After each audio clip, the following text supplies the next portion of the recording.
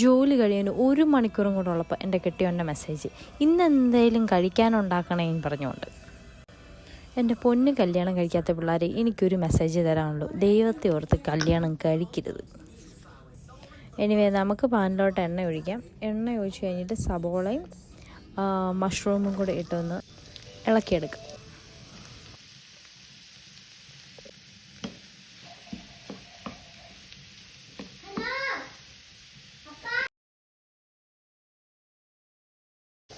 ഈ ഒനിയനും മഷ്റൂമും തന്നെ ഈ പരുവത്തിലാകുമ്പോഴത്തേക്ക് നമുക്ക് മാറ്റി വെക്കാം.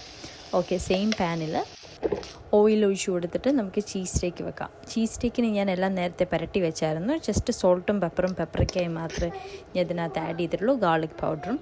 എന്നിട്ട് ഇതൊന്ന് നമുക്കൊന്ന് എന്തെങ്കിലുമൊക്കെ ചെയ്തെടുക്കാം.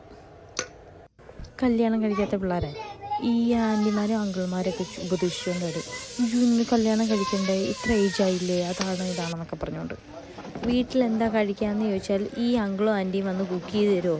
അതിലും ഭേദം നമ്മൾ സിംഗിളായിട്ട് ഇരിക്കണം, വലിയതായിട്ട് കഴിക്കാനും ഉണ്ടാക്കണ്ട, എന്തെങ്കിലുമൊക്കെ എടുത്ത് പുറക്കി തിന്നാൽ മതി. എനിവേ എൻ്റെ സ്റ്റേക്ക് റെഡി. അതിനകത്ത് ഞാൻ കുറച്ച് സബോളയും മഷ്റൂം കൂടെ ആഡ് ചെയ്ത് കുറച്ച് ചീസും കൂടെ ആഡ് ചെയ്ത്, എൻ്റെ ഈ ചീസ് ഇരിപ്പുള്ള വേറെ ചീസില്ല, ഇതല്ല ശരിക്കും ഇടേണ്ടത്, എൻ്റെ കയ്യിൽ ഇരിക്കുന്നതിൽ ഇടാൻ പറ്റത്തുള്ളൂ. എന്നിട്ട് ബ്രെഡിൽ ഞാൻ മേനേസും പരട്ടി. മേനേസ് എൻ്റെ ഹോം മെയ്ഡ് കേട്ടോ, അതിൻ്റെ വേറെ വീഡിയോ ഞാൻ ഇടുന്നുണ്ട്. അങ്ങനെ എല്ലാം കൂടെ മിക്സ് ചെയ്ത് നമുക്കൊന്ന് ചൂടാക്കിയെടുക്കാം. ഏകദേശം നമ്മുടെ ചീസ് സ്റ്റേക്ക് റെഡി ആയിരിക്കുന്നു. ഫില്ലി ചീസ് സ്റ്റേക്ക് എന്നൊന്നും ഞാൻ പറയത്തില്ല, അതിനുള്ളതൊന്നും ഉണ്ടെന്ന് എനിക്ക് തോന്നുന്നില്ല. ഇത് കമത്തി മറിച്ചിടാനാണ് എൻ്റെ പ്ലാൻ. നടക്കുമോ എന്നറിയത്തില്ല. സക്സസ് ആയി. ഓക്കെ,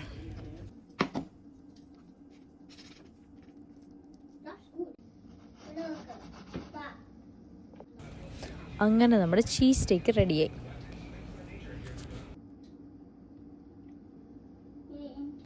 ഇനി ഞാൻ വെയിറ്റ് ചെയ്യുന്നത് എൻ്റെ കെട്ടിയവൻ വരാൻ വേണ്ടിയാണ്. കെട്ടിയവൻ വന്നിട്ട് വേണം പുള്ളിയുടെ അണ്ണാക്കിനകത്തോട് കുത്തിക്കയറ്റാൻ, എന്താണ്ട് ഇതുപോലെ.